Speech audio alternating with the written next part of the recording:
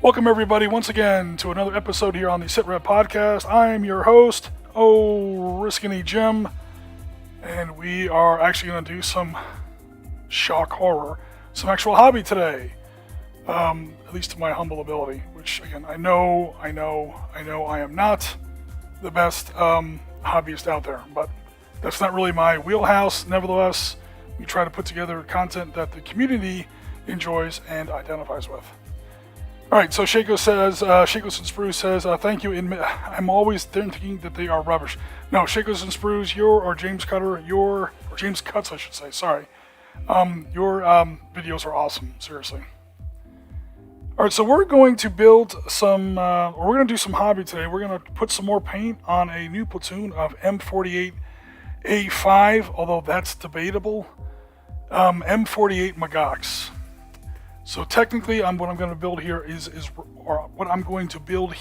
are Magach 3s, 1973 Israelis.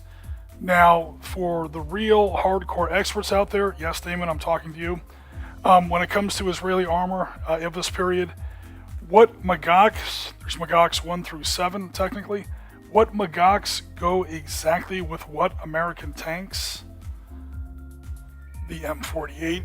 The M48A1/A2, the M48A3, the M48A5, a combination of the M48A4, A3 and A5s with the new Allison transmissions and the Continental engines, the L7 rifle, the M68A1 rifle, which are technically the same gun, except not really. For the first 25 years in their history, the Israelis were trying to build tanks out of, or acquire tanks, build a tank force out of, whatever they could, whatever source they could pull this stuff in from. Long story short, take your first shot. 1973, Yom Kippur War is what I'm aiming for here. Specifically the Sinai Front. They sent most of the shot Cal Centurions, the shot Cal Centurions up to the Golan Heights for the not all, but most of them up to the north for the Golan Front up against the Syrians. What I'm more interested in is the Southern Front, the Sinai Front, up against the Egyptians. That was once you get outside of those first 3 days of the war, the Battle of the Valley of Tears, that Damon and I have done in Panzer Leader, it took us 7.5 hours. Once you get out of that first really close period, the Golan Front isn't that interesting. It really isn't, historically or gaming wise. However, the 1973 Sinai Front continues to be amazing from a historical perspective and from a wargaming perspective, all the way to the war's end, officially 28 October 1973. So that's what I have published on, that's what I've written on, and that's what we're going to work on a little bit today. Especially once I can find my camera here. Boink. Whoa! Alright, there we go. So hopefully that's showing up for everybody. Hello, Ron D. How you doing? So he says Magog. It's a tank from the M48 or M60 Patton family. Take your pick. There is some progression through what we call, or what the Israelis called Magach. I think it stands for batter. I think it means battering ram in Hebrew. And it goes from the 1 through the 7. The 7 being the most up to date with the M60 isn't really up to date, but as far as the M60 went. And nowadays they have I can't remember the name of it. I think it's like the Payload tank destroyer, where they stick a bunch of rockets up on top of it and stuff like that. So they're technically still using them in some of their reserve brigades, but it's definitely not really considered a main battle tank. Long replaced by the Merkava.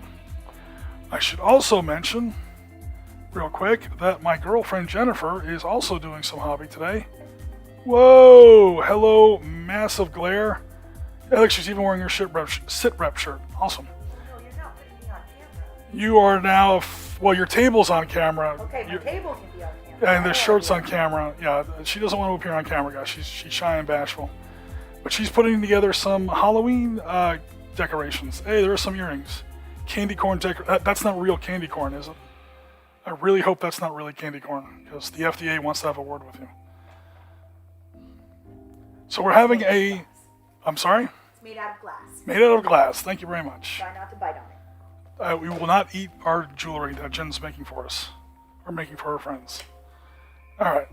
So we're having a little bit of a couples hobby afternoon here. It has been crazy lately. Jen getting a new year started at school, me having challenges at work.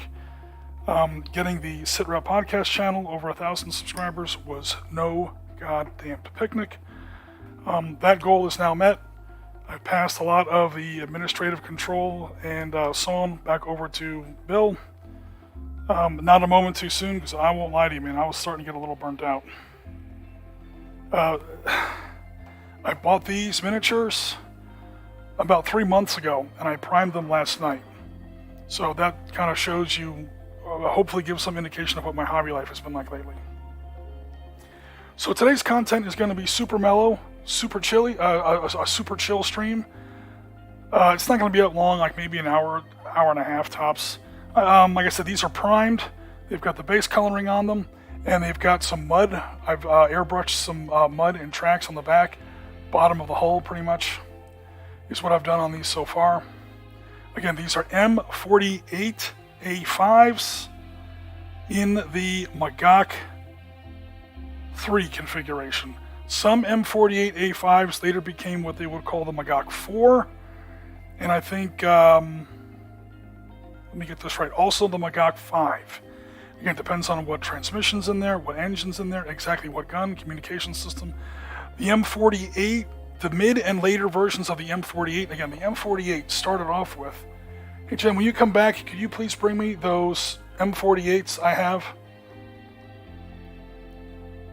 Thanks for the water. Some M48s I have in that bottom left-hand, bottom right-hand box. In that box, halfway back, the Israeli M48s. You've lived with me for 26 years. You should know what an M48 looks like. There you go. Good job. So these are, I believe, Old Glory miniatures of M48A2s. Same tank, different variant. One of them is 3D printed by a guy I bought from called Wolverine 3D. So they're both supposed to be 15 millimeter tanks. You see where there is a little bit of a difference in scale. It's close enough, especially when you consider the tanks that I'm going to be putting these up against are Battlefront Syrian T-54s, and the scale there, homeboy, it ain't even close. All due respect to Battlefront, that Syrian T-54 box, those tanks are more like 12 or 13 millimeter. They're not even close to 15s. So I'm not that worried about the difference in scale. Hopefully what you guys are able to see is there's a very, very different gun on these two tanks. This is the original 90 millimeter gun with the T-bar shaped muzzle brake. That's what you see in like the Magach 2. This is one of the main battle tanks the IDF used in the 1967 very badly named 6-Day War. That war didn't really last 6 days. 4 days in the Sinai, 1 day on the Golan Heights, 2 days in Jerusalem, and they kind of overlap and become it's really 3 separate wars, but anyway, we won't get onto that. That war there, the 1967 war that everyone, remembers. This is a completed, again, I think it's an Old Glory 15 millimeter miniature. I added my own radio antenna on there. It's got platoon markings, company markings, battalion markings. The rings on the barrel, those are not kill rings. That's part of the tactical numbering system. It looks like sort of a backwards end there. Again, I don't speak Hebrew, but those are Hebrew letters. That is the platoon and the platoon and the vehicle marking, and then the chevron there, and the little, again, I'm going to call them kill rings. They're not the barrel rings. So the barrel rings and the chevron is the company / battalion, or reverse those two. I'm embarrassed to admit I can't remember that off the top of my head. I'm pretty sure that's the company and that's the battalion.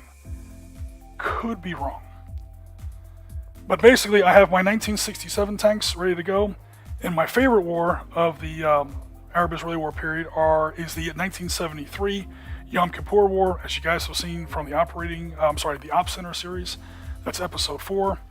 I apologize in advance for the audio on those videos. Those early ones, I had a different microphone back in those days. And now that I finally have a game that I really kind of enjoy for 15mm armor, i.e. 7 Days to the River Rhine, and the 7 Days to the River Rhine community has an awesome Facebook group that publishes their own expansions, errata, and new scenarios and army lists. They do have one for the Yom Kippur War. So long story short, take your second shot. Oriskany Jim is going to try to play some Yom Kippur Sinai Front action in 7 Days to the River Rhine in 15mm miniatures. Because God knows I've done it enough in Panzerleader. I want to do it in miniatures as well, because everyone loves the miniatures. Hello, Rasmus. Hello, Springtime. How you doing? Did you say they have erotica? Did I say they have erotica? My girlfriend's talking about erotica. So, guys, thanks very much for coming out to the stream. Please remember to like, share, and subscribe.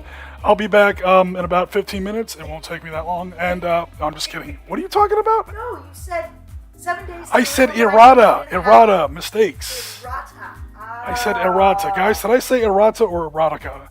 I think my girlfriend is experiencing some Freudian hearing right now.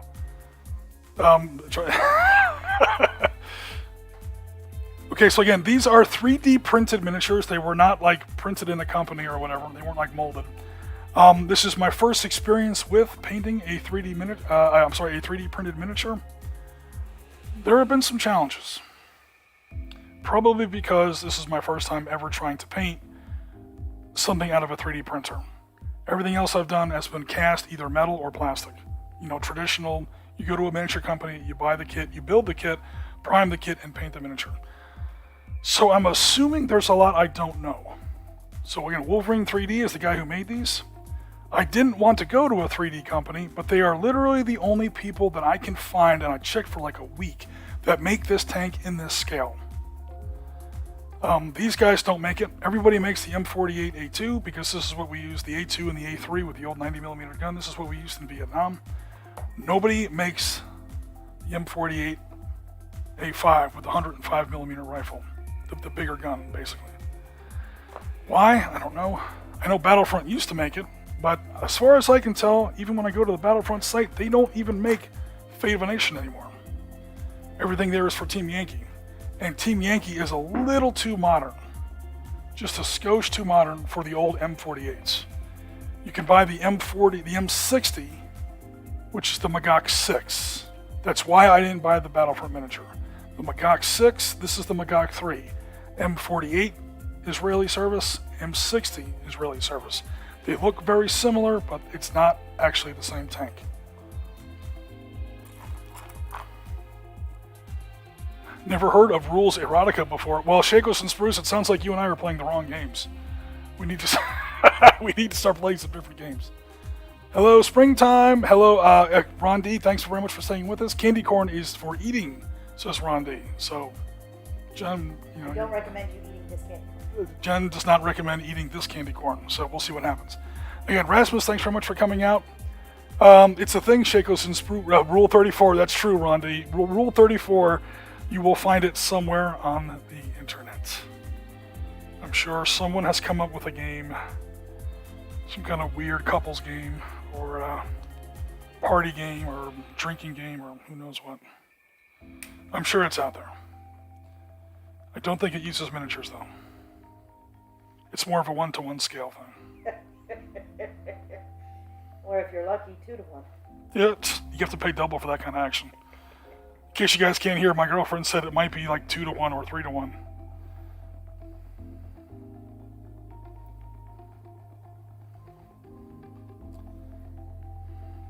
And all I'm saying is that, yeah, it usually costs extra for that. Alright, so let me get my paper towel here. And get started. So again, guys, I want to give credit for the guy who made, who prints these miniatures and sold them to me. Number one, the price was totally awesome. It was only like $8 a miniature, as opposed to $11 a miniature, probably 15 after shipping and tax and everything else, for a Battlefront miniature. If the quality doesn't look that great, again, it's a 3D printed miniature. and I probably didn't know what I was doing. These are my very, very first. I didn't print these, but this is my first time trying to clean and paint a 15 millimeter, or I should say a 3D printed miniature, and I'm almost positive I got some things wrong. For one thing, the priming. I think it's maybe what the 3D print is made out of. When I went to prime them, the primer went on really sticky and never really dried. So I had to scrub it clean as best I could. I ruined my toothbrush last night. I had to buy a new toothbrush this morning.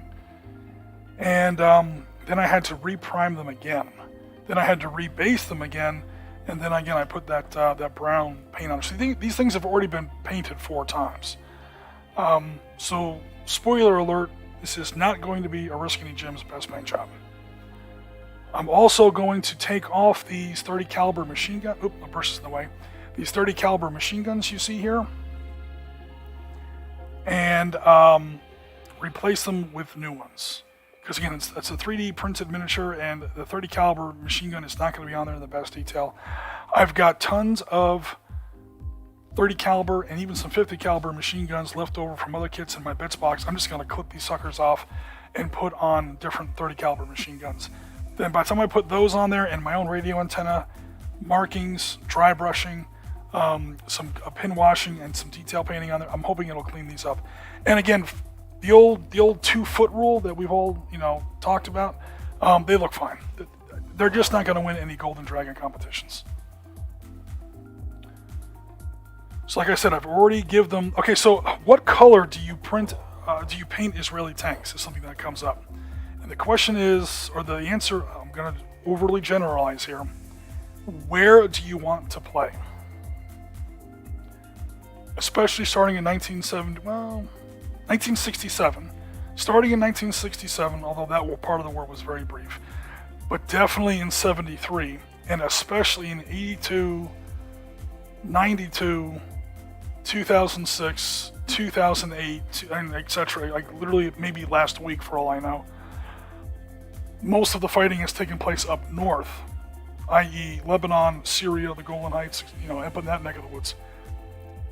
If your armor is going up there, go with a very, very pale, like olive drab. The tanks for the Israeli northern theater are not always, normally this very, very pale green. It's not like the U.S. Army green that you see a lot. It's a little bit more pale than that.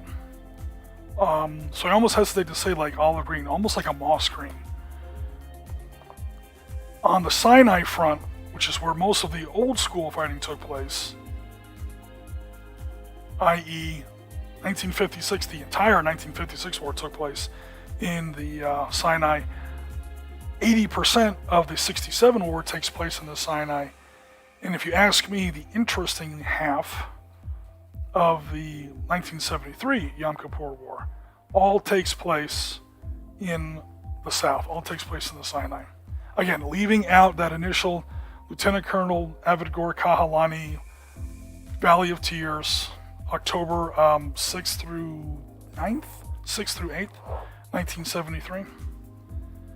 And his book, by the way, is always on the top of my recommendation list. I often say, only half in jest, that if you play Team Yankee, if you play any 15mm tank game, or even not 15mm, if you play a modern tank game of any description, especially Fate of a Nation, but really Team Yankee, 7 Days to the River Rhine, GHQ Micro Armor, and you don't own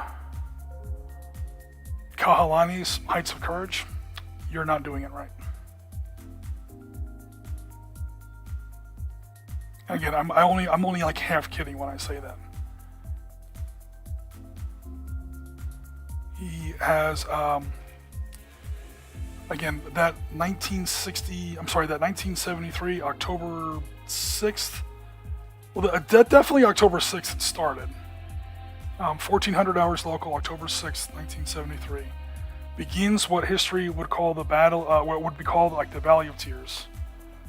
It is the most.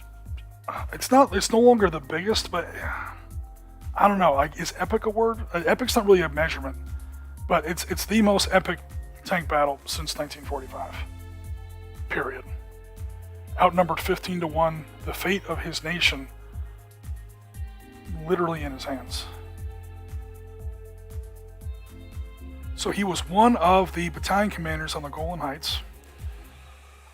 He was one of, I think, 3 battalion commanders in 7th Israeli Armored Brigade. And that brigade was one of only 2 brigades that stood against 100,000 Syrian troops of at least 5 divisions, 2 of them armored, the rest of them mechanized, upwards of 1,200 tanks and other armored fighting vehicles. There were literally only 2 brigades there to stop them. And the first one, I think it was the 188th Barak Brigade, pretty much annihilated in place. They stood and died, leaving pretty much only the 7th. And the other battalions in the 7th, of course, did their part, but they took a hell of a beating. And there were some parts of it where it was pretty much only the 77th Tank Battalion. 45 tanks standing against... They never stood against all 1,200 at once, but 45 tanks up against at least several hundred. At times, they were outnumbered between 12 and 15-1. And unlike the Sinai, and even though the Sinai is my favorite part of the war, as a historian and as a gamer, as a writer, unlike the Sinai, if the Israeli positions in the Sinai broke, and let's face it, they kind of did, there's like 140 miles of desert behind them, leading to the Negev Desert in the beginning of Israel. On the Golan Heights, by way of contrast, right behind you is the Jordan River. And Syrian tanks, I can't remember, Damon would know exactly how close Syrian tanks got to those river crossings, or got to one of those river crossings. Horrifically close. And if they get across that, they're now in Galilee. They're in the breadbasket, and more importantly, the water cistern of the entire Israeli state. And that's pretty much it. So, I'm not a big fan of like Israel's foreign policy or their place in history. They are definitely overrated, to be perfectly honest. However, so I'm always a little leery when, like fate of a nation. Let's call it fate of a nation. Dude, their nation's fate was never in jeopardy. They started all the wars that they were in. They always attacked, although larger, vastly inferior forces. They were always the stronger military power. This idea that, Israel is some kind of military dwarf, beset by a huge group of, allies that were always arrayed against them, always more powerful, always surrounded by enemies. It's just bullshit. It does not stand up to scrutiny. Except for that one time. The time I keep talking about, the Valley of Tears.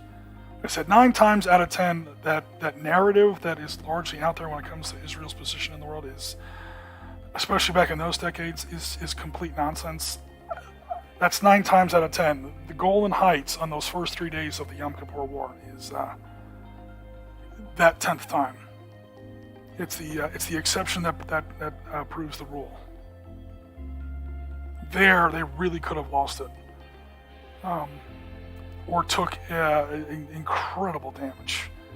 And I don't mean damage to their military, I mean damage to their civilians, damage to their state, damage to their ability to literally feed themselves, where all their nation's water comes from. Remember, it's kind of the desert. I mean, it is the Middle East. So it's not like a desert everywhere. Not even close. Like, again, if you're building tanks for the Golan Height, paint them green, because it's not a desert, no matter what the movies tell you. However, a great deal of Israel is desert, a great deal of the Middle East is desert. This is where most of that water comes from. So, Syrian tanks in Galilee, definitely a bad thing. would have been the only time Israel was actually invaded. Because at the time, the Golan Heights were not part of Israel. It has only been formally annexed very, very recently, I think 2017. In a move I kind of support, even though, again, I don't normally support Israeli expansionism.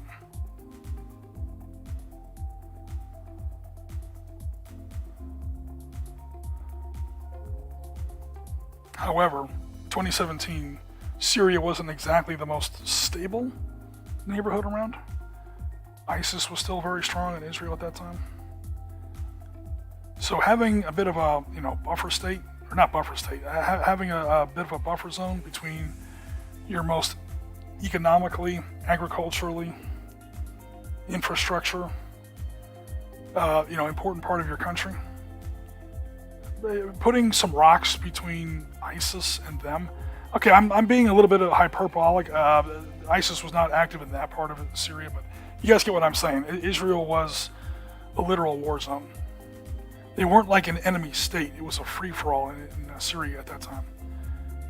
And you've got that right next to your border. Yeah, go ahead and annex the Golan Heights.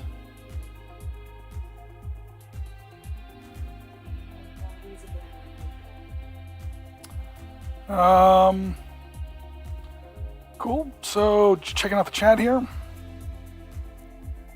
Jim just said skosh. When did I say skosh? Skosh, what did I say? I don't remember, but you said skosh. I said skosh. Rasmus says, dog thinks I am a place to rest, so typing with one hand. Oh no. Epic is definitely a measurement. All right. Oh no, Doctor Who is about to start. See you later. Yeah, I was warned of that in Discord. That we're not going to have the best audience today because the new Doctor Who is starting today. And apparently today is the regeneration scene. Is that a thing? Yes, that's when you get your new Doctor. That's when Doctor Who, instead of dying, becomes a new person. Yeah, whatever. That is a writer's way of changing characters without changing characters. I respect how long Mr. Who has been on, but I don't get it. I've tried to watch a couple episodes, new and old and everything else. I just try to see it as Great Britain's Star Trek and kind of understand it that way. It is. Like if you watch like old episodes of Star Trek, I'm a huge Star Trek fan, but I can understand why some people aren't, especially with the garbage they're coming out with lately. But when you look at the old TOS episodes, you're like, how was this ever popular? This is so cheap and so dumb. But I love it. So I just kind of, okay, look, this is somebody else's Star Trek. Also, apparently Russell T. Davies, one of the best writers for Doctor Who ever, is back after 12 years. Oh, they're bringing back some of the old writers. Yeah. That's good, because nobody was happy with what they were doing with the character. So he said, screw it! I'm coming back! Alright, I'm sorry if you guys probably can't hear very much of what Jen's saying, because we don't have the mic set up for that, but she's basically explaining to me the recent history of Doctor Who fandom, which, from what I've seen, has been fractious at best. Then again, what fandom could you not say that about? Here's one thing I've heard. The channels I watch that normally kind of like hate everything, like, oh my god, look what they're doing to the Rings of Power, look what they're doing to Star Trek, look what they're doing to Star Wars. Blubberfett, Mandalorian, Obi-Wan can blow me. Let's face it, Star Wars sucks now. And I'm totally in agreement with all of them on that. I'm also in total agreement with them about what these Alex Kurtzman and Bad Robot jackoffs are doing to my favorite franchise, Star Trek, is absolutely disgraceful. So when they were, I don't really have a whole lot invested. Really have a dog in that fight as far as Doctor Who or Lord of the Rings or even Game of Thrones. I don't really get into that kind of stuff, but they also were like, oh my god, this is going to be terrible. And when it comes to Rings of Power, they're like, yeah, we were right. On House of Dragons, they are all doing 180s. And they're not even being coy about it. One of the guys I watch, Critical Drinker, I can't believe I'm plugging a channel that has like 1.3 million subscribers. He hardly needs help from me. But he's a really great channel. He's from Scotland, so some of you guys might like him. But anyway, he has a clip of himself saying House of Dragon is going to be shit. I can't believe they're making a prequel. First of all prequels are trash. Second of all, look at how Game of Thrones turned out. Everyone knows it's literally incontrovertible how shit season 8 of Game of Thrones was. Probably the most disappointing ending to a show since Farscape or Firefly. It's just complete. Nevertheless, they pulled it off. That House of the Dragon show is supposed to be awesome. They are like, we were all ready to hate on this thing, and heart to hand, or I should say hand to heart, absolutely fully admit we were totally wrong. They are loving that shit. Meanwhile, that Lord of the Rings, like literally reverse racist, horse shit. It's just trash. Disrespectful trash.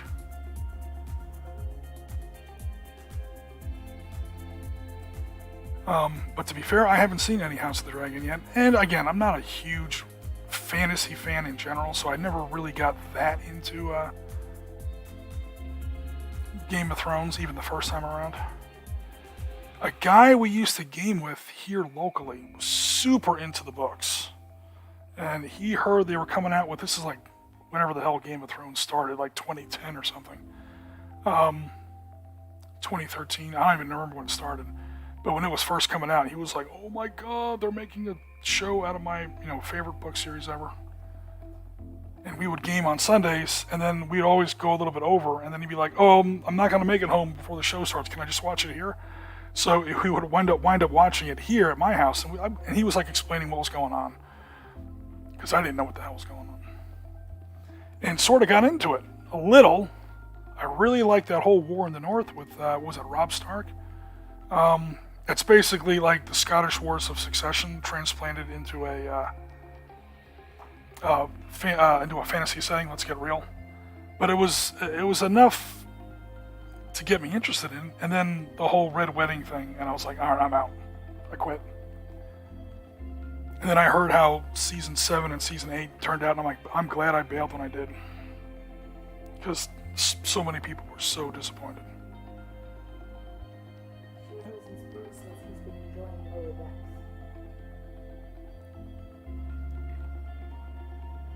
Oh, so Ben has joined us. He says no bills today. Unfortunately, Doctor Who is on today, so we're not going to have that huge of an audience.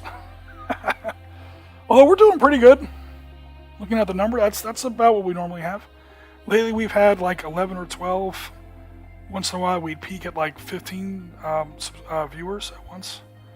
We're not going to hit that today. Because for every person who would normally be watching the Bills, Ben, there are 5 others who are watching Mr. Who. Don't. I just did it. I don't care. He's not a doctor to me. What's his doctorate in? Where did he go to school? Awesomeness. He went to school at Awesomeness? His doctorate is in awesomeness. Oh, his doctorate is in Awesomeness? Yes. All right. Whatever. He went to school at Time Lords University. I don't think there's such a university. Do you know? No, I don't know. There you go. But reverse that, Jen. It's not an accredited school.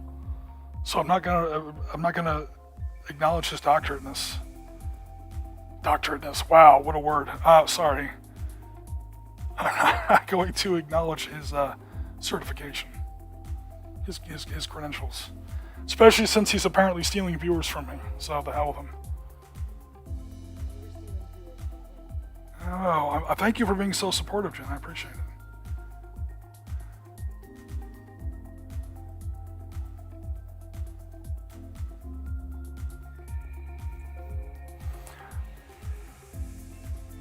Springtime says F-16A with Payton 3 air-to-air missiles and a versus MiG-23Ms. The worst version with no BVR. Oh, that's nice. An F-16A against 2 MiG-23s, especially the older versions. No, that doesn't sound like much of a fair fight.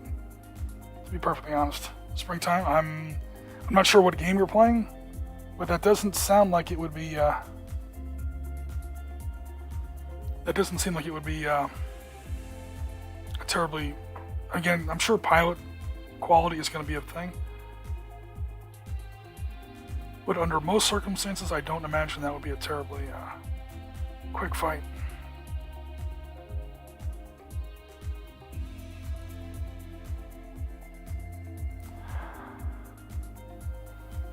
If you can believe it, I'm out suntanning. Ben, you're always much more tan than I am. I can't believe you need suntan. But I'm the one that needs to start going to the beach more. Here's the thing. My workload at SitRep Podcast is down from 10 pieces of content a month on average to what's going to be about 4 pieces of content per month on average. And we are now entering the most gorgeous part of the year. Basically, we're entering the months in Florida. This is why you live in Florida. November through February, pretty much. So I hope to be at the beach a lot more. I gotta start taking better care of myself. Please don't take this the wrong way. I've been putting way too much into this channel. But I didn't really have a choice. I mean, I was literally, outside of Piotr, who, helped me a huge amount, helped me like 15 to 20%, but that was 15 to 20% I just didn't have. Outside of those two people, I was running this channel by myself. I mean, you guys know. You look at the YouTube thread, nobody else has put anything up on YouTube since March. We had that Little Wars coverage. So that was definitely cool. I definitely acknowledge that. But that was like one day. Back in April. Since then, there's been nothing. I had to produce all the podcasts. So yeah, it's time for a step back. But I'm not going anywhere. So if you see my content drop off, spoiler alert, you're going to see my content drop off. When you see my content drop off, it's nothing weird's going on. We just have a much more, we have a lot more bench strength on our team now, which I'm very, very happy to say. Like unironically happy to see, and it's going to get better from here. I see it, Jen. I see it. I gotta do the hobby and answer the questions in the chat. I'll get to all the questions in the chat, I promise. Also, I will have a drink of water. If this is for my paint, Jen, why is it in a glass container? Well, I haven't put my brushes in my brush water yet, so my brush water just became my drinking water. Jen's gonna say it's from the tap. I don't care. I know it's from the tap. I'm not worried about it. I'm not one of those people that die when I drink tap water.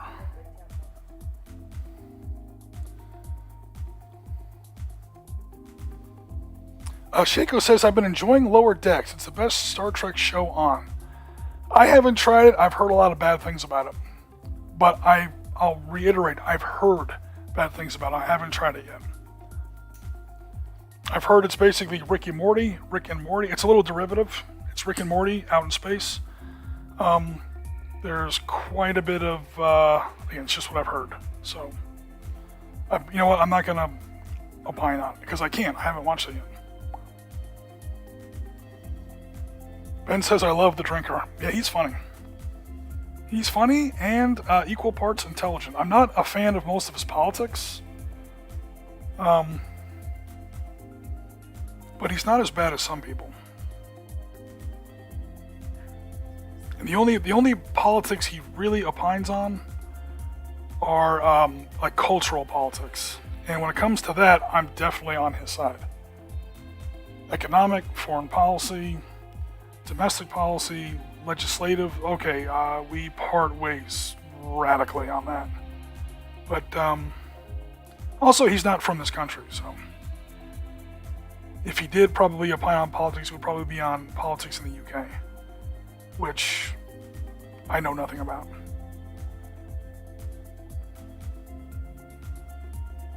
But when it comes time to cultural politics, and especially what's been going on with our media and our franchises lately, and what people have been doing to some of our franchises, never mind the audience, never mind the content, we just got to get the message out there.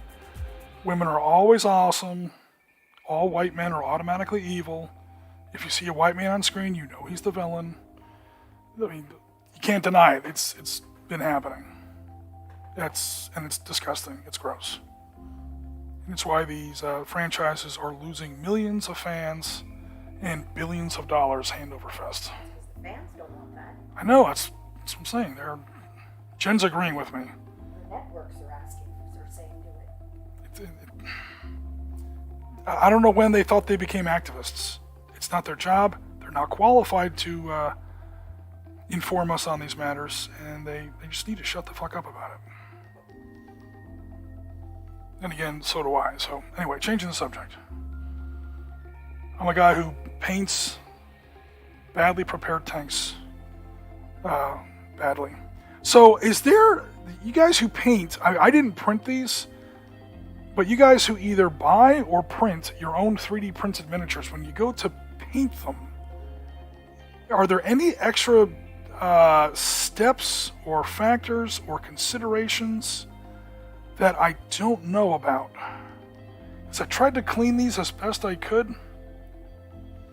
And again, from 2 feet away, they don't look bad. In fact, they look pretty good, especially now that I'm painting them. So, I don't know. I had a hard time with the primer. And once the primer goes down bad, the rest of your base coating, your first couple colors, it's going to be bad. But the primer would never actually dry. It kept being like tacky and sticky a little bit. Like it wasn't reacting well with the actual material of the 3D print. And there is, I mean, I won't do it because I don't want to screw up my camera's focus here, but again, this I expected. You can always tell when something's been 3D printed. It's got some of that layering that you can always see in there.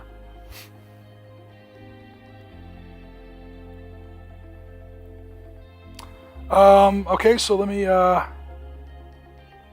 he is friends with Mauler. Mauler is great too. Yes, Ben, I watch his open bars, where he has a bunch of guys from the UK I like. Critical Drinkers in Scotland. I don't know where Mauler's from, but he's from the UK.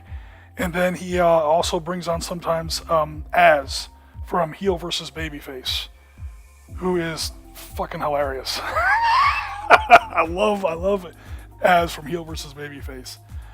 His politics are off the hook. Sometimes Mauler and Critical Drinker have to tell him to kind of calm down a little bit. So if you can kind of hold your nose and get past his cultural politics, which yeah, mostly I agree with. I just don't really agree with his intensity. His position I definitely agree with. But he's also just funny. And you guys know me. I'm definitely left of center. Nevertheless, I feel it's important. Here's my only position I'm going to espouse. It's important to listen to the other side at least an hour or two a week. So if you mostly consider yourself a liberal person, like I do, listen to a conservative. I mean, I don't know if I would listen to Fox News, but find a conservative YouTuber that you find is funny. Like I listen to that whole group of people. They're pretty much conservatives. When I really feel brave, I'll listen to a guy called Razor Fist. He's out in Arizona. He's extremely conservative. Like full-blown election denier and all that nonsense. But if anything's happening to our society lately, and take this for whatever you want, we're becoming way too siloed. The way social media works, the way the internet works, everybody wants your clicks. The algorithms that run these media platforms know everything you've ever watched, and not for any particular insidious reason. I work for some of these companies, by the way. They want to get your clicks, so they pretty much feed you things that similar to what you've already watched, So if you've watched a lot of liberal media, you're going to get more liberal stuff in your feed. This is true for Facebook, Twitter, YouTube, anything. They're not trying to influence your opinion that much. They're trying to sell you ads. However, it does have a very insidious side effect where everyone only listens to people that they already agree with. And you do this for a year or two, and pretty soon anyone else's opinion, it's not just that you don't agree with it, it literally starts to sound like madness. Like you are, like, if you're a Republican in this country, your views start to sound literally insane to me. Like, what is the weather like in your head right now? Like, seriously. Who won World War II on your planet? And that's the danger, because it's not like that. There are other viewpoints. But I feel that if you don't at least listen to somebody from the other side, at least a little bit, you start to lose touch with that. And of course it works the other way. People who listen to conservative media the whole time literally start to believe in Jewish space lasers and Hillary Clinton eats babies, and then you vote for Joe Biden, and it's like, are you literally insane? No, I have a different viewpoint. Why are you putting immigrants on planes and shipping them up to Martha's Vineyard? Are you literally insane? Again, it goes both ways. So find someone that's funny or interesting or handsome or I don't care what, but find somebody with some redeeming feature on the other side of the political fence and just listen to them for at least an hour a week. And for me, again, that's Critical Drinker, Mauler, Az from Heel versus Babyface, and once in a while Razor Fist. Again, I'm not espousing or promoting their websites because they all have like millions of viewers, and I don't agree with almost anything they say, especially on a political side. But at least for me, that's the point. I don't need to listen to people that I already agree with. You're not selling me anything. You're literally preaching to the choir. If anything, you're just going to get on my nerves for wasting my time. But anyway, that's the end of Grandpa Oriskany's political thing today. Whichever side you're on, listen to the other side 1 hour a week. They do exist. They do have minds. They're real people. And they have an opinion. Their opinion, no, actually they're not. They have an opinion that's different from yours or ours or our families.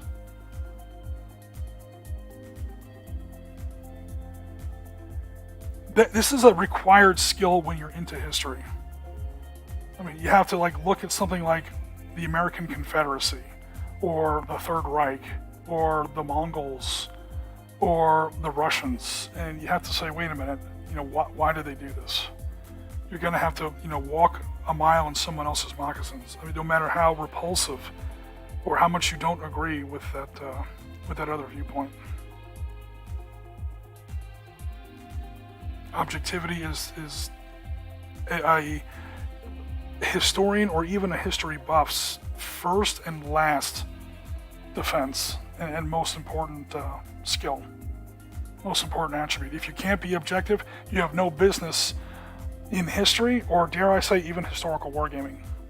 I don't want to be a gatekeeper, but if you can't get objective about stuff, find another hobby. You don't belong here. And don't let the door hit you in the ass on the way out. All right. So Math Fun and Games says, hi, I'm curious, what do you use to play your games? Is it Vassal or a custom system of your own mod? Okay, so I guess we're talking about our virtual games. All right, all that stuff is done, believe it or not, in Microsoft Excel. That's going to sound crazy. And we do it that way for a number of reasons. Number one, I have a full Photoshop suite, and I have worked and actually still work as a professional graphic designer and graphic artist. So for me, it's no big deal to draw those maps myself in Photoshop, as well as all the counters. More importantly, I have some techniques and templates and stuff that I built up over the years that allow me to build it very, very quickly. So if someone wants to play Operation Ironclad, World War II Invasion of Madagascar, yes, it happened, look it up. I can build that game in Panzerleader in about 4 hours. Easy. Actually, I could build that game in about 20 minutes if I want to do a half-ass job of it. If I want to do it right, it's going to take 4 hours. And that includes building the armies for it. The custom miniatures, what exactly historically accurate the Vichy Force garrison had there. And, it's... So this is the thing about virtual gaming. And so why do I do it in Excel? Well, I build all the stuff as transparent background PNGs. That's where the work is, building the assets. Once you have the assets built, and you have them saved as transparent background PNGs, i.e. not JPEGs, not bitmaps, not vectors or anything else like that, it's got to be in a transparent background PNG. You can just drop all that stuff in Excel. Now, what that does is, unlike, why don't you use Vassal? Why don't you use Roll D20? Why don't you use Virtual Tabletop? Excel has a thing called tabs in it. Every turn, I just literally click on the next tab and start the turn again, and on and on and on. So when you get to turn 10, and you realize that you've been resolving mortar attacks the wrong way since turn 3, click, click, click, click, click. You go back to turn 3, you can start the game over again. You can stop the game whenever you want. You fold it up in your laptop, you take it on the bus, take it on the train, take it on the car, take it up to your dad's house, take it wherever you want. You can play, as long as you have a Skype account, you can play with anybody you want in the world. We're going to have some of that next week. We've done it, as you mentioned, a bunch of times. Also, why don't you use D20? Well, because I would have to have other people with an account. You can't play on a virtual tabletop like that unless you also have an account there. So now, not only do I have to get my players to log on at a certain time, sometimes people have to log on at like 6 in the morning to play games with me here on stream. I'm already pretty much putting people through a big pain in the ass, which is why I'm so appreciative whenever I have a player. The last thing I'm going to do is tell them, oh, by the way, you also have to download this onto your hard drive and expose you to all those viruses and everything else. And it's just making people download software is always a pain in the ass. Again, I work in the tech sector. I know of which I speak. This is why distributed computing is a thing. You don't have to log on. You don't have to download anything. You have to log on to a distributed computing site or some sort of server location, and all your apps and tools are ready for you there. There's a reason why the entire tech industry works that way nowadays. So that's the reason I don't use D20 or any of that stuff. I definitely don't use Vassal. Oh my god, I do not use Vassal. Again, they'd have to download that, number one, and even if they already had that, you have to code your rules in there. Because here's another quick hot take. With very, very few exceptions, I can literally count them on the fingers of one hand, and this does not include my favorite games ever. Panzerleader, Panzerblitz, Arab Israeli Wars. Any commercially available war game is hot garbage. I said it. If it's a commercially available war game, and it is not one of, again, count them on the fingers of one hand exceptions, of which I do not include my personal favorite games.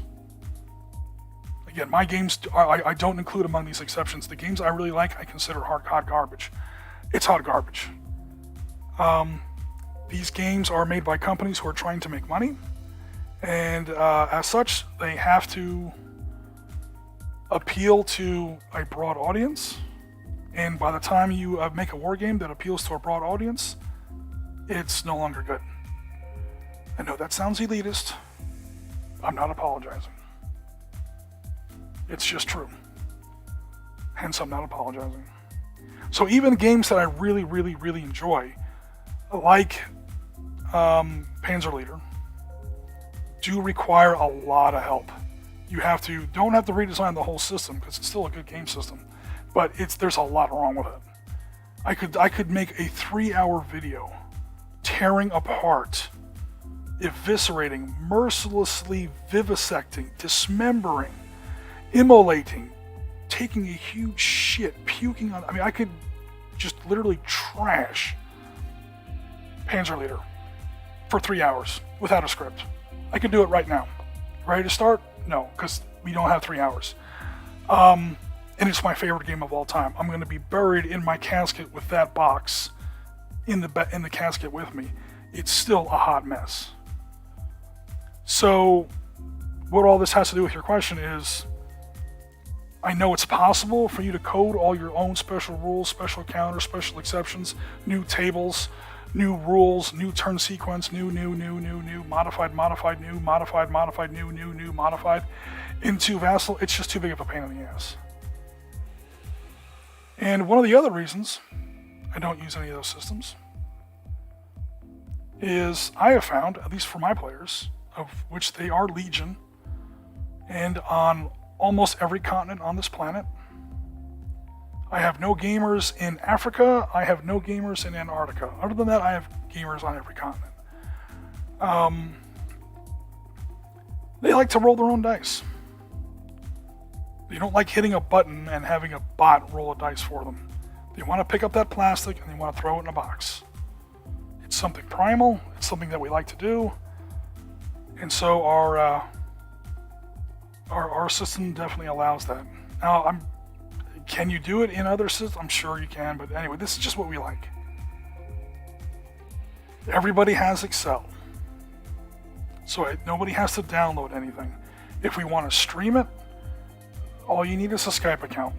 Everybody has Skype, or Zoom, or Microsoft Teams, or is there a reason you haven't joined the 21st century economy? I'm not sure what you're doing without at least one of these tools. Or, what planet you think you're living on, but, get with it. So basically, it doesn't require anything new. It's easy to build, it's easy to customize, and that's why we do it. That was a lengthy answer to what maybe sounded like a simple question. The simple question is Microsoft Excel. But that would not have made for a fun conversation. And people have been asking me that question for at least 4 years now, and I've literally answered it hundreds of times. I'm not saying that I was annoyed when you asked the question. I'm used to the 50 follow-up questions that always come after that. So I try to answer them ahead of time. And they usually start off with, why don't you, why don't you, why don't you? And I'm like, have you watched any of my streams? These other, again, I'm not a fan of what is widely commercially available, because it has to be made for a different kind of person, a different kind of gamer.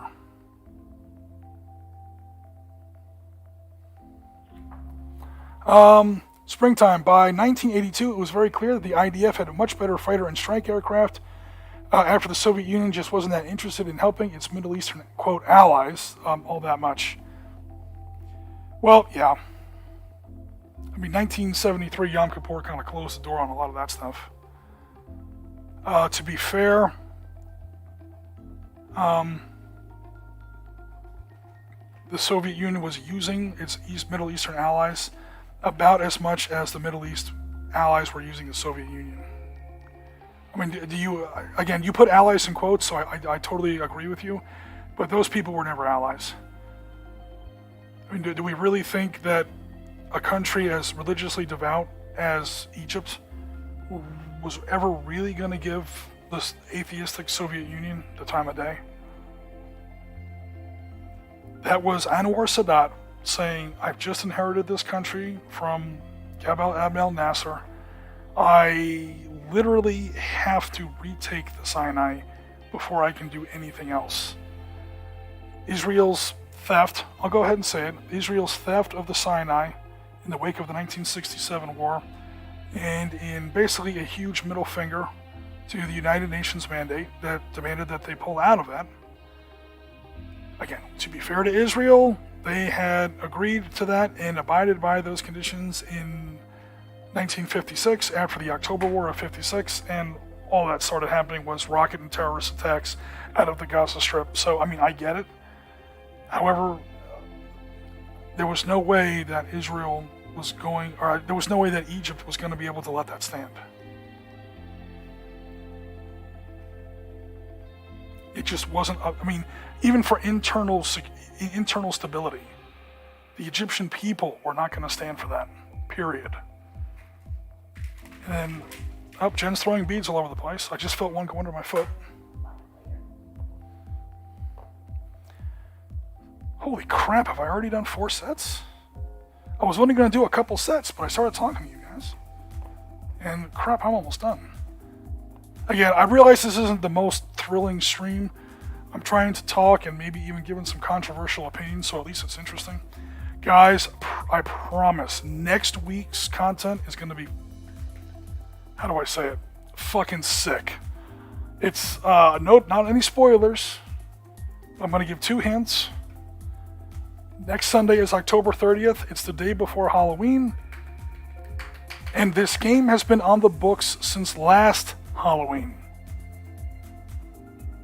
Those of you who watch our channel are probably going to be able to figure it out. No spoilers in the chat, please.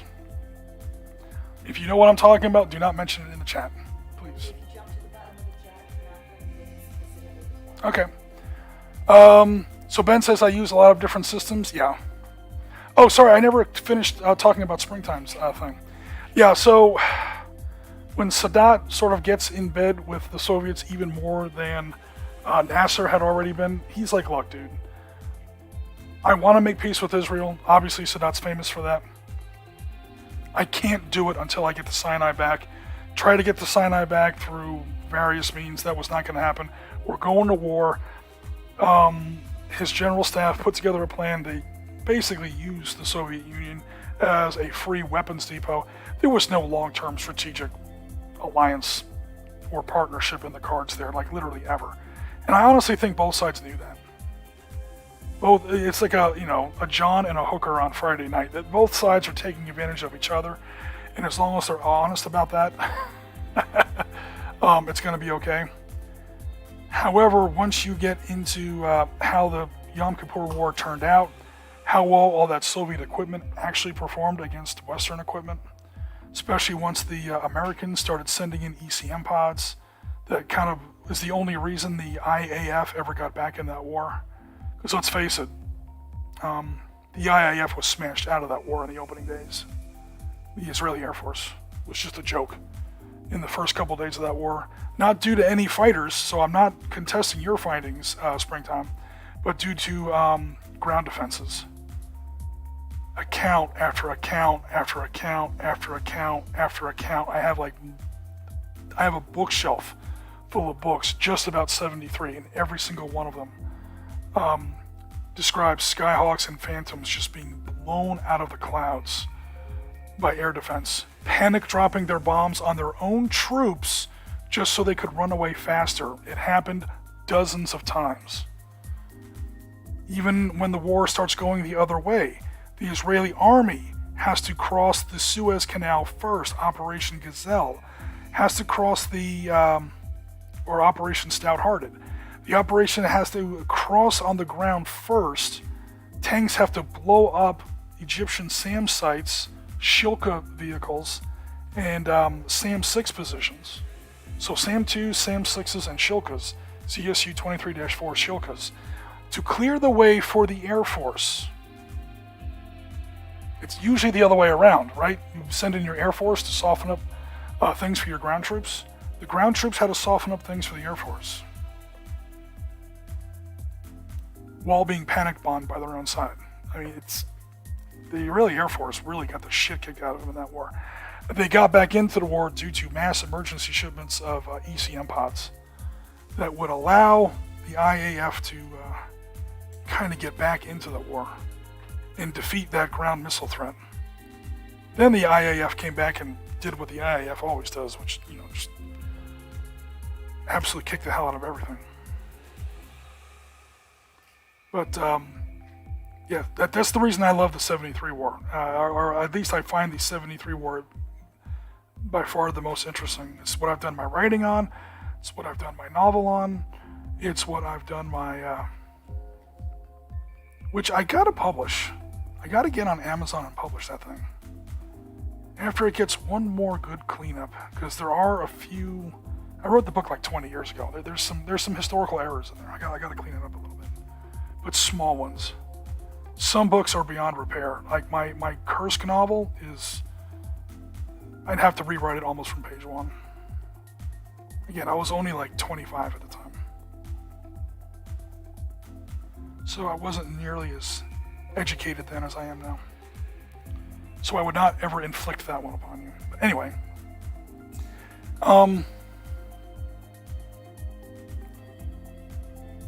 yeah, I mean, the Yom Kippur War, both superpowers and their allies were definitely looking at what was happening on the battlefield because they wanted to see how this equipment would really work in wartime conditions. And yeah, a lot of that Soviet stuff worked so badly.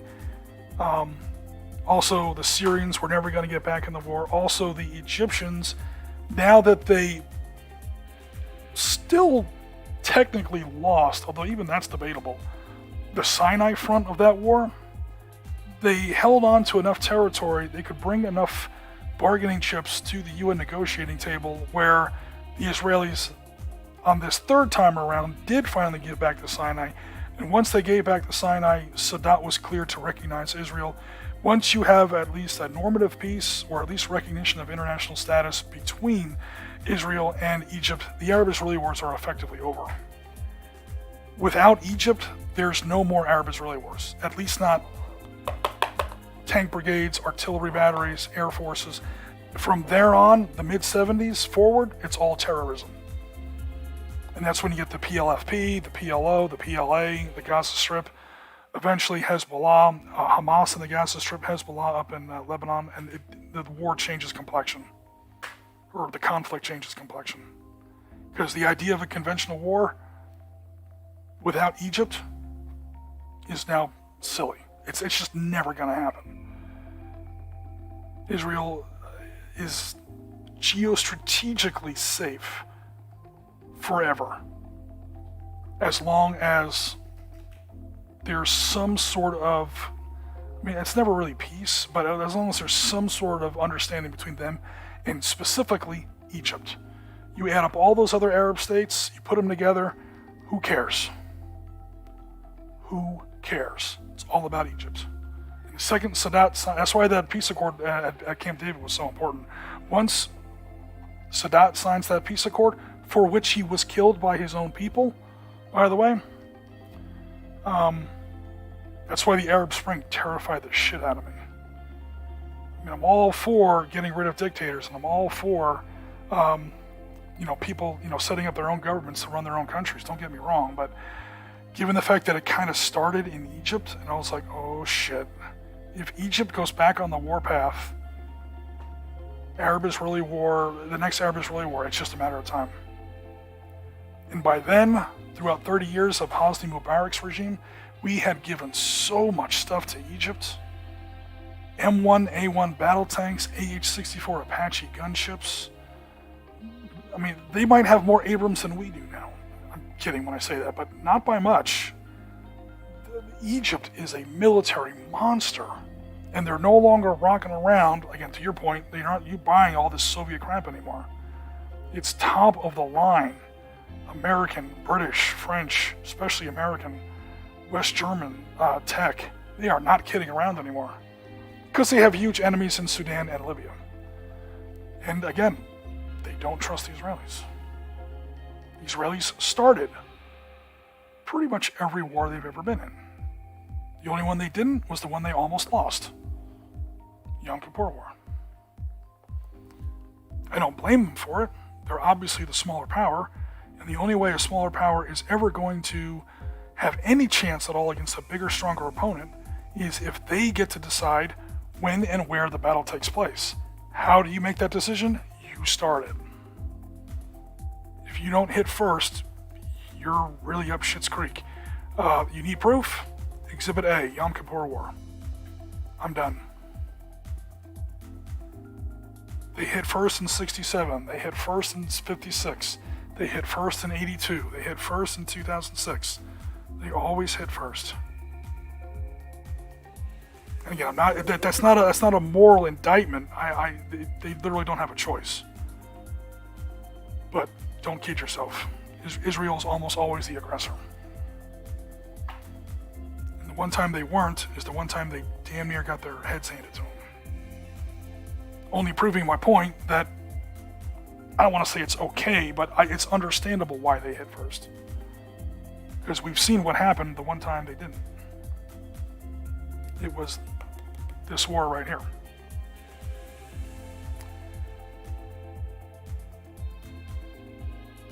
But yeah, Sadat was never using the Soviet Union for any kind of Marxist ideology. There was never like a Che Guevara in Egypt to try and make it some sort of communist socialist state. The Kremlin knew it. They were just, look, America's supplying all this stuff to Israel. We're going to supply all this stuff to the other side. We're going to hope that it comes out okay. And it didn't for them, like, at all. And not only that, but even though they didn't entirely lose, the Syrians definitely did. But even though the Egyptians did not entirely lose on the battlefield, they kind of got their asses kicked, clearly. Hello, encirclement of the Third Army. But Second Army was still deeply entrenched on what was then Israeli territory. And they were able to trade it back for national recognition. And again, that more or less ended that phase of the Arab-Israeli conflict. Israel got what they wanted, Egypt got what they wanted. Both sides can kind of claim victory. And spoiler alert, if you read the material from these two countries, both sides definitely do.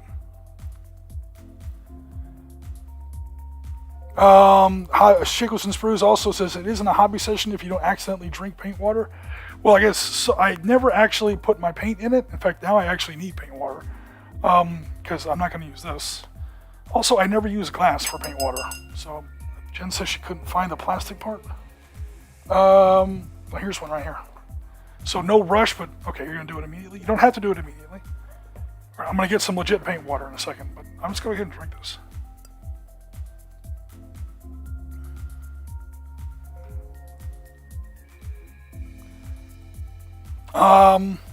Ben says, I'm envious of Florida winters. This is probably the last weekend I can be out in my two-piece.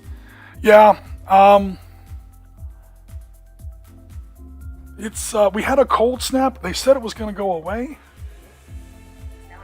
Oh, we're finally back in the 80s? Okay. But it is late October. So from here on out, it's going to get a little bit colder. Yeah, the cold snap in Florida was the 70s. Most of us people in the chat, most of the people in our chat do Celsius degrees. So I can't convert that in my head right now.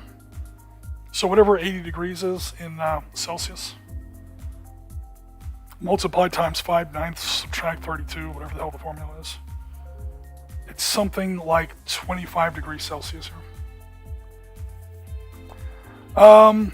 Springtime says, Star Trek Lower Decks is for better or worse the best of New Trek. I would definitely not contest that, because Discovery and Picard aren't just bad. They're disrespectful and insulting. And it's the only one I'm still looking forward to new. Trek, it's worse at its worst than Discovery and Picard at their best. Oh, okay, gotcha. Springtime, have you seen any of Strange New Worlds? I've had mixed on that, and I haven't seen it myself. One person said online that I kind of respect, most of the time our views are generally in agreement, that Star Trek Strange New Worlds is what he hoped Picard and Discovery were always going to be. And he was bitterly disappointed with Discovery and Picard.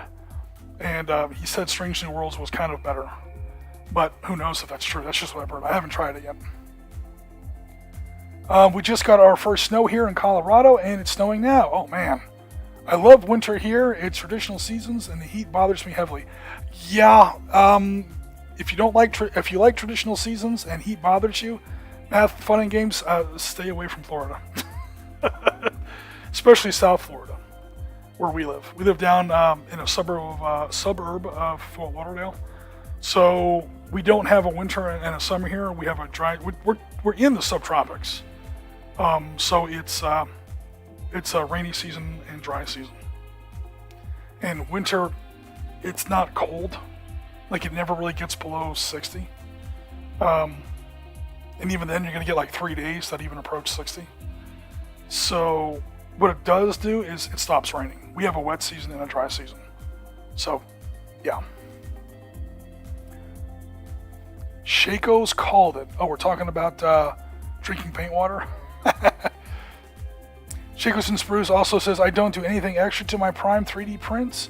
Oh, to prime my 3D prints, I just airbrush with Vallejo black primer. Yeah, so I used a more commercial primer, which I normally use on my tanks. Oh no, my brand new painting mat. Get a little bit of paint on there. I know you're supposed to get paint on your painting mat.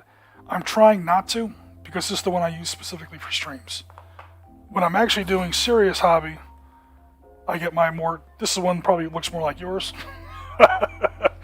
But when I'm trying to put on a show, I break out my nice one. And there's more paint already on there. I literally took it out of the plastic an hour ago. Or an hour and a half ago. I mean, it's still a big deal. I just go out and I buy a new one. But I try to keep the one for streams as pristine as long as I can.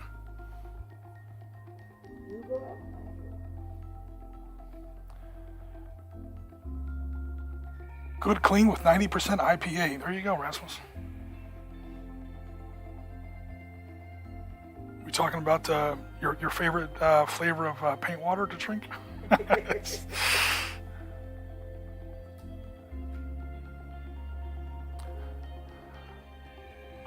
Just don't go to Starbase 80. Oh, is this a Star Trek thing? Yeah. Gotcha.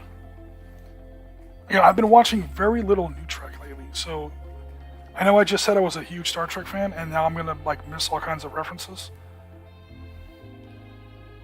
Talk to me about Deep Space Nine, TNG, or TOS, and I'm with you. Or any of the films, including the Next Generation films, which, yes, are very, very flawed. There's a lot wrong with those movies. Wow. That's a whole nother stream right there.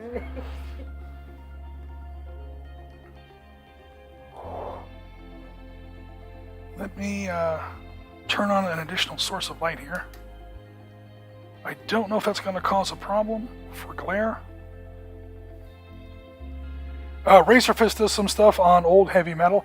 Yeah, he does. Here, okay, so back to our point about listening to the other side, and also about me being a Star Trek fan. I do not endorse any of Razorfist's politics. I find his politics repellent. Just horrible, uninformed, repulsive, disgusting, to be perfectly frank. That's the point. That's why I listen to him. I agree with him 100,000% on Battletech. The guy came out with a video about how much he loved Redwall. I'm like, oh my god, that's it's an old Brian Jacques young adult fantasy series that I used to read when I was a lot younger. A lot younger. I still have cherished memories of it today. Rest in peace, Brian Jacques. He loves Battletech. He loves all the same movies I love. So I'd say I agree with you about everything but politics. So it's possible to have friends who have, it would be tough to find somebody, short of, Martin Bormann, who has different politics, more different politics than mine. I'm not calling him a Nazi by any means, but okay, Joseph Stalin. It doesn't matter who you pick. Somebody with radically different politics than me, you'd have to find someone pretty extreme to find someone with whom I would disagree with more. But I still listen to him. And I don't just listen to him because, number one, he is hilariously funny, even when I don't agree with him. I'm laughing on one side of my mouth and grinding my teeth with the other side of the mouth. But I agree with him about a bunch of other stuff. Farscape, Star Trek, Battletech, different rock bands, other stuff he talks about. And then he did turn me around on what I used to absolutely dislike, was Deep Space Nine.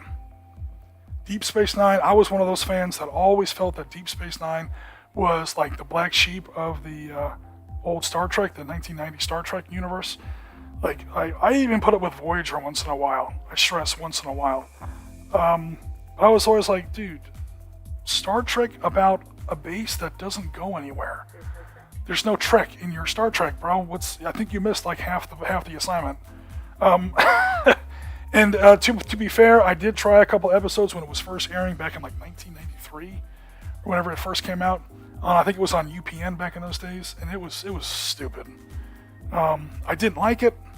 I thought it was horrible, and I quit after like 4 episodes, and I never went back to it. But this guy turned me around on it. He put out a video series talking about why it was great, and I said, you know what? I agree with him on BattleTech. I agree with him on like a whole stack of other issues, just not his politics. A whole stack of other issues. He is intelligent. I'll give him that. He likes to cherry pick his facts to support a certain case, but whatever. I went back and I started watching Deep Space Nine, and it's now probably my second favorite episode, or my second favorite series. So even someone with whom you violently disagree, I don't say violently, with you strongly disagree, can turn you around on things. And he totally turned me around on, that is too much glare there. He turned me around on Deep Space Nine. He's not going to turn me around on the 2020 election. I literally have a block here to keep that glare off of me. But yeah, like I said, always spend at least an hour a week listening to the other side, just for nothing else, to remind you that they exist. Because the internet does such a great job of sectioning us all off into these little silos, these little communities, where we only listen to people that we already agree with. I definitely did not agree with Razor Fist on Deep Space Nine, and he totally turned me around on it. Styx Hexenhammer 666 is great. He and Razor Fist are very similar, and he mentions Razor Fist often. Cool. Rasmus helps a bit coming from a country where there are 10-ish parties. Oh God. Well, that's the old parliamentary system for you. Running in the current general election. Hey Rasmus, how about we all take a moment, stand back, and make fun of the UK? UK, what the fuck is going on over there, man? Bojo might be coming back? The last Prime Minister, she lasted 6 weeks. She quit earlier this week. I think it's the shortest one in British history. British politics haven't been this much fun since the 1640s. And those of you who know what I just referenced are going to know what I just referenced. Let's hope it doesn't go that far. But holy crap, man. It is getting nuts over there. What's going on? Oh, Rasmus says my mouth is sealed. So Rasmus is what we're talking about, Jen, for next week. Is he joining us? Jen asks if he's joining us. We have room in that game for 3 people. Right now we have 2. Okay. You and another person I won't mention, because if I mention that, I'm totally going to give it away. Got one more spot. I've got one more spot. The offer is out. Oh, sorry. He hasn't confirmed. If that spot does not get filled, I'll know, what's today, Sunday? I'll know tomorrow or Tuesday.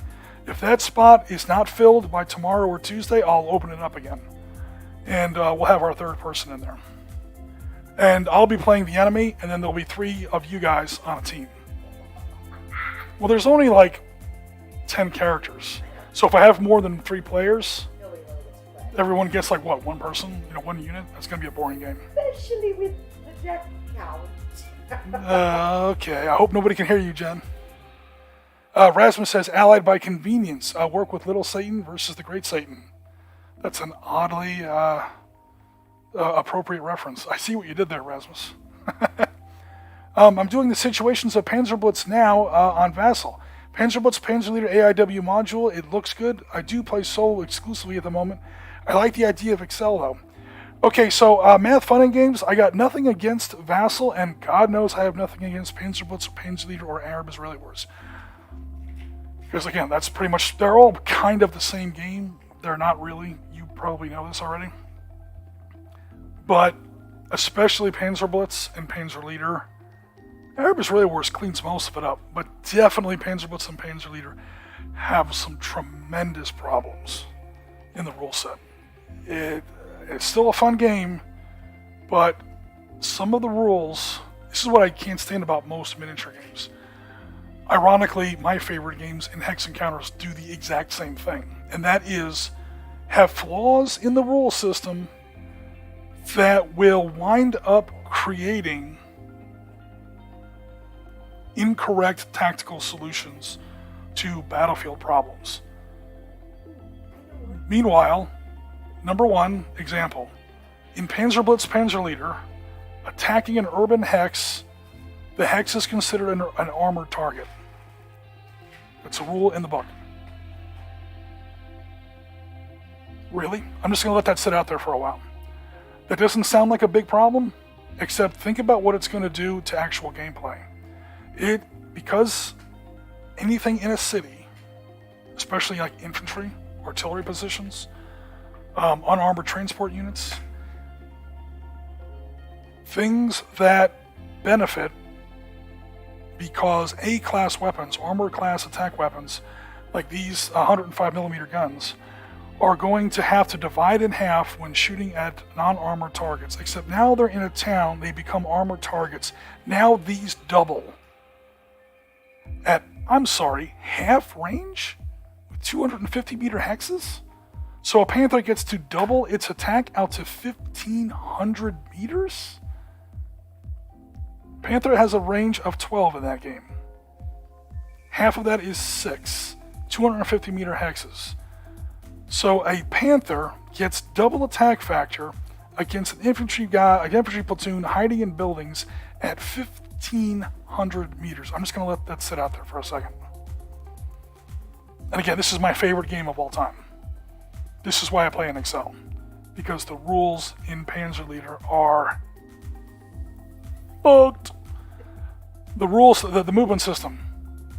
You guys know the huge mistake they made in the movement system, right? They looked up how fast the tank goes. A Panther does 36 miles an hour. What's the maximum speed of a Panther? They look up the maximum speed of a Panther. They say, oh look, maximum speed of a Panther is about 30 miles an hour. That's on roads, spoiler alert. So file that little factoid away, my friends, okay? As long as we're talking about Razorfist, I'm going to steal one of his sound bites. File that little factoid away, my friends.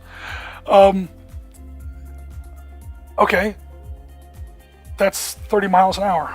And then on roads, Panzerblitz gives you double movement speed of what was already your road movement speed. So they looked up a Panther, 30 miles an hour. The game is very simple. You take the maximum speed of the unit, you divide it by 3, and you get a movement rate, which for a Panther is 10, if memory serves. Okay, so 30 miles an hour divided by 3 is 10. That's on roads. So Panzerblitz, Panzerleader, gives the Panther a 10, and then says it gets double movement rate on roads. So now it's moving 60 miles an hour on a road. Okay, and gives it a 3-kilometer engagement range. So they basically give it the gun of an M1A1 Abrams battle tank in the Gulf War. And they say that it doubles within 1,500 meters, getting a bonus against infantry as long as those infantry are in a building. So the best thing that you can do in Panzerblitz and Panzerleader to root infantry out of towns is to send in the tanks. How do tanks do against infantry in towns in actual combat? I'm going to go ahead and let that sit out there. Thank God Arab Israeli Wars fixed all that. The way the artillery system works, the WEC in Panzerblitz Panzerleader is hopelessly broken. The CRT is a mess. The artillery system, dear God, don't get me started on the artillery system. They broke everything. To where how most people play Panzerblitz and Panzerleader nowadays, they're playing Arab Israeli Wars. They just retrofit that rule set back into the situations in Panzerblitz Panzerleader. Except there, now the game balance of all those published scenarios is hopelessly broken. because they're usually about taking town hexes, and again, town hexes behave totally differently than they did in the original Panzerleader Panzer Blitz rule set. Panzer Blitz Panzerleader rule set, yeah. So, yeah, it's hopelessly screwed up, which is why Arab-Israeli Wars has a completely point-driven victory system for every single one of its 26 scenarios.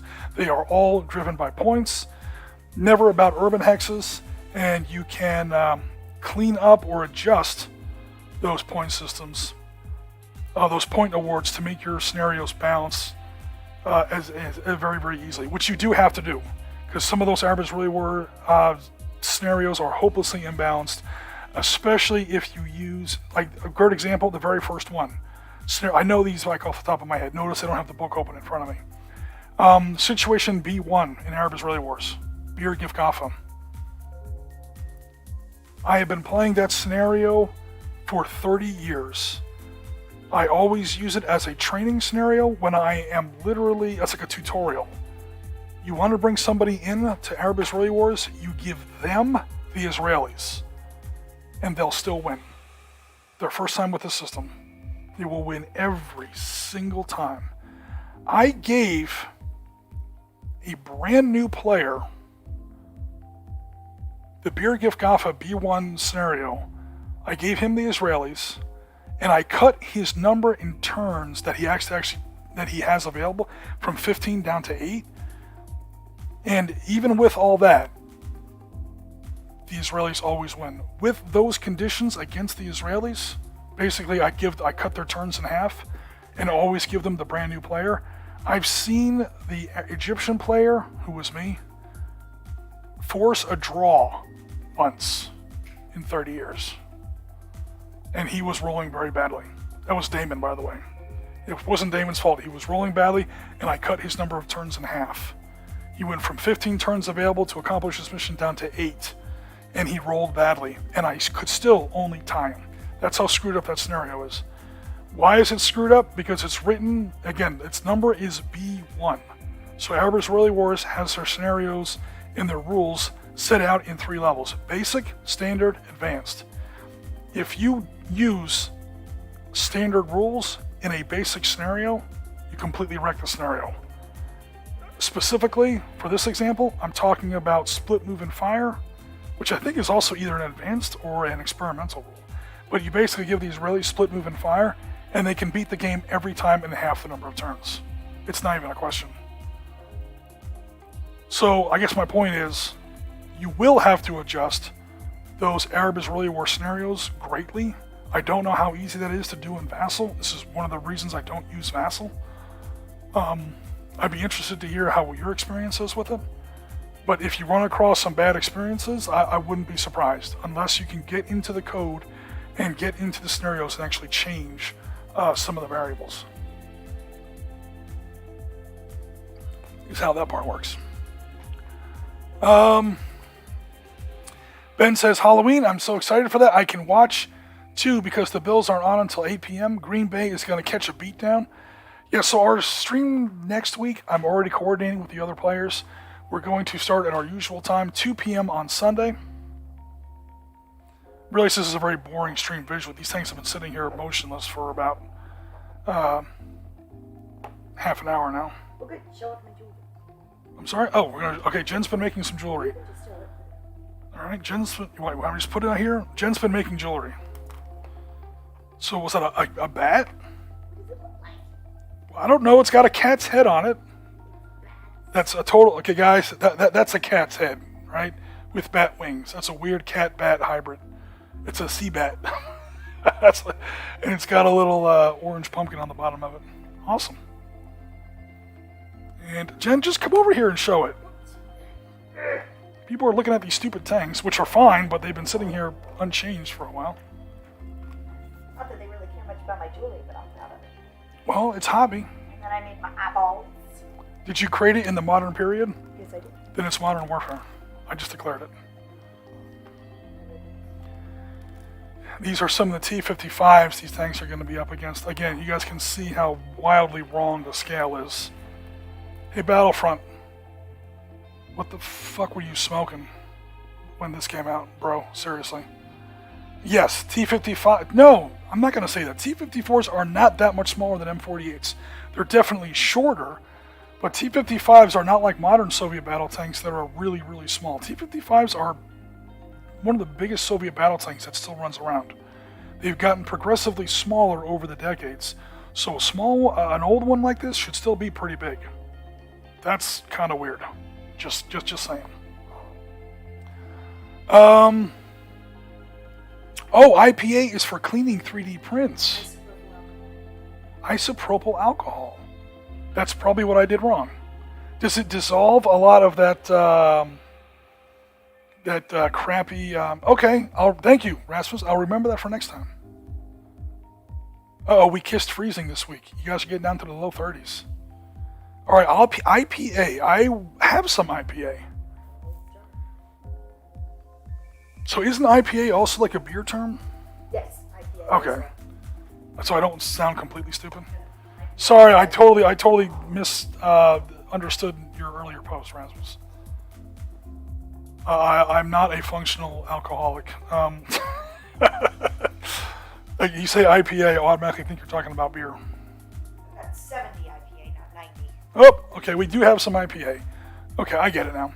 All right, so it's too late now because I've already painted on them.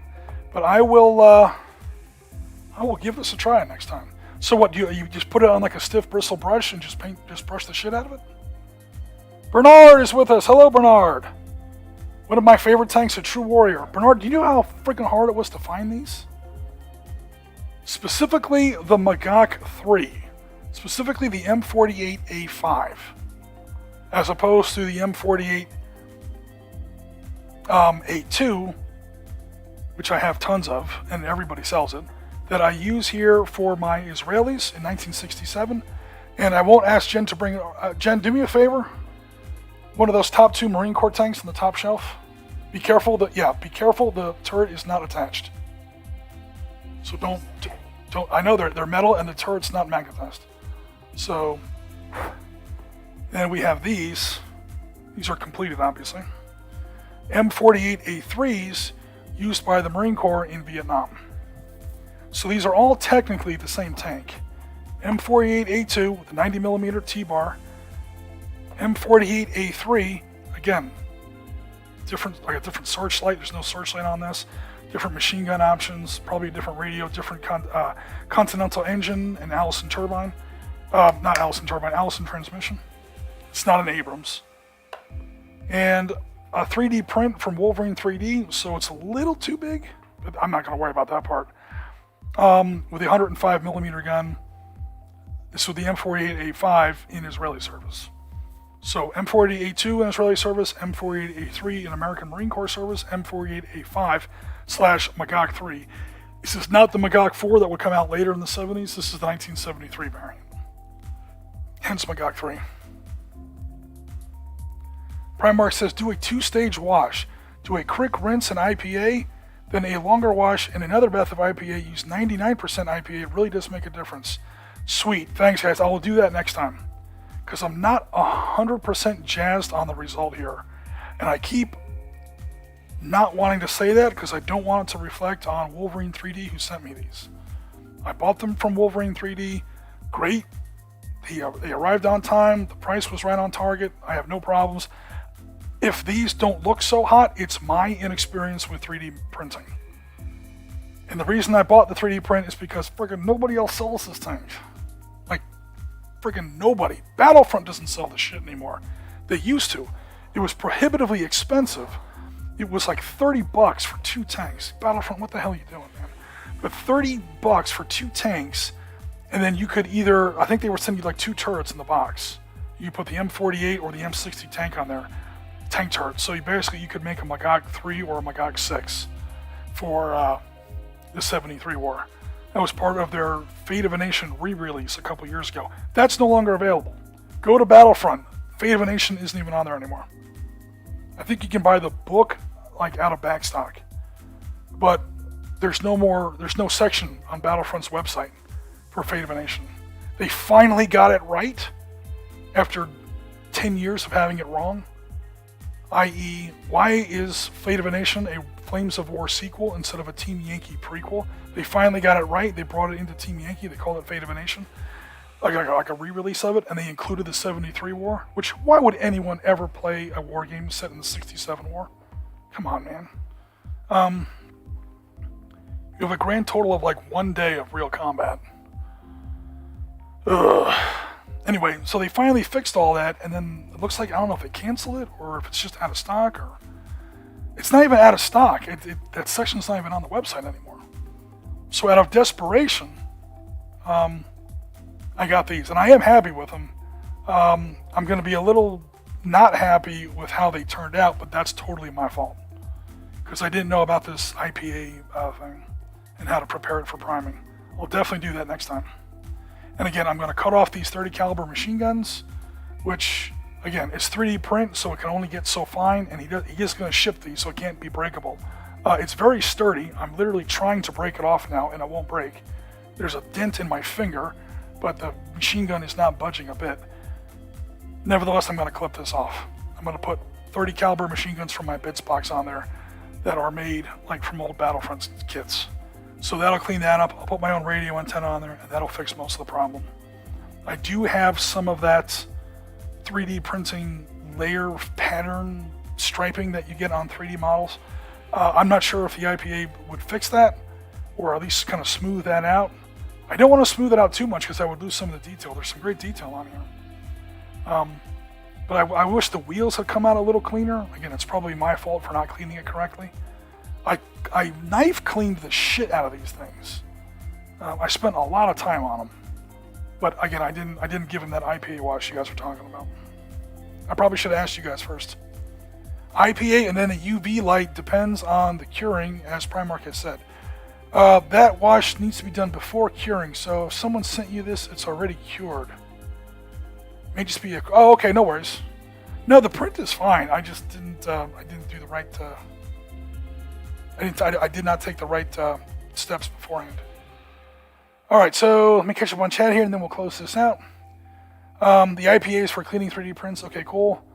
I have a separate channel for anything political. I want to enjoy the hobby with everyone in America, left or right, as long as they have some morals. In the end, most of us just want peace and prosperity. Yeah, I wasn't really taking either side. I was just saying, listen to the other side. Whichever side you're on, listen to the other side an hour a week. And I was citing some examples of people I listen to. So since I listen to some right-wing people, it kind of gives it away that I'm more of a left-hand person. Nevertheless, the other side does have a viewpoint. But anyway, Math, Fun, and Games is right. We probably shouldn't be talking about that here. Bernard, thanks very much for coming out. And absolutely, yeah, the M48A5 is also one of my favorite tanks. Probably because of one of its biggest battles. Specifically, the 73 War, specifically the Sinai Front.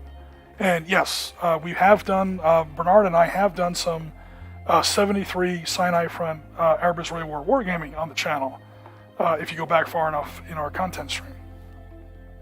Rasmus says, looking good, Jen. So Rasmus likes your cat-bat hybrid jewelry. I'm going to pay for that later. That's okay. Okay, and then we're talking about curing 3D models. Okay, guys, so that's pretty much going to wrap up our stream today.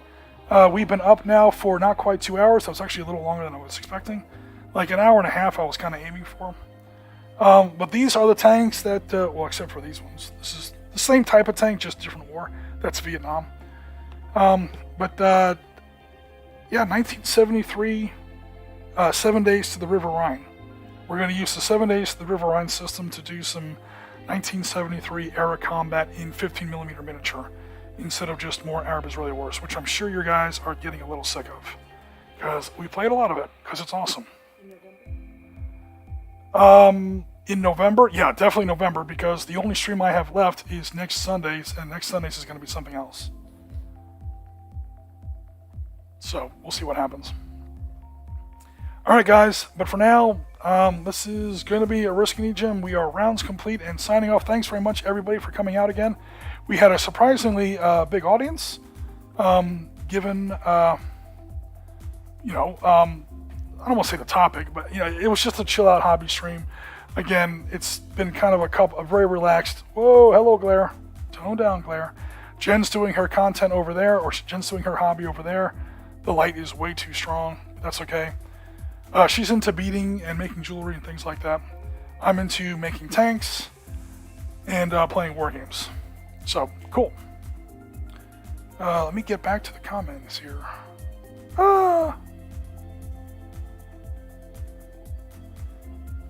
Alrighty. So, again, guys, we're going to go ahead and sign off.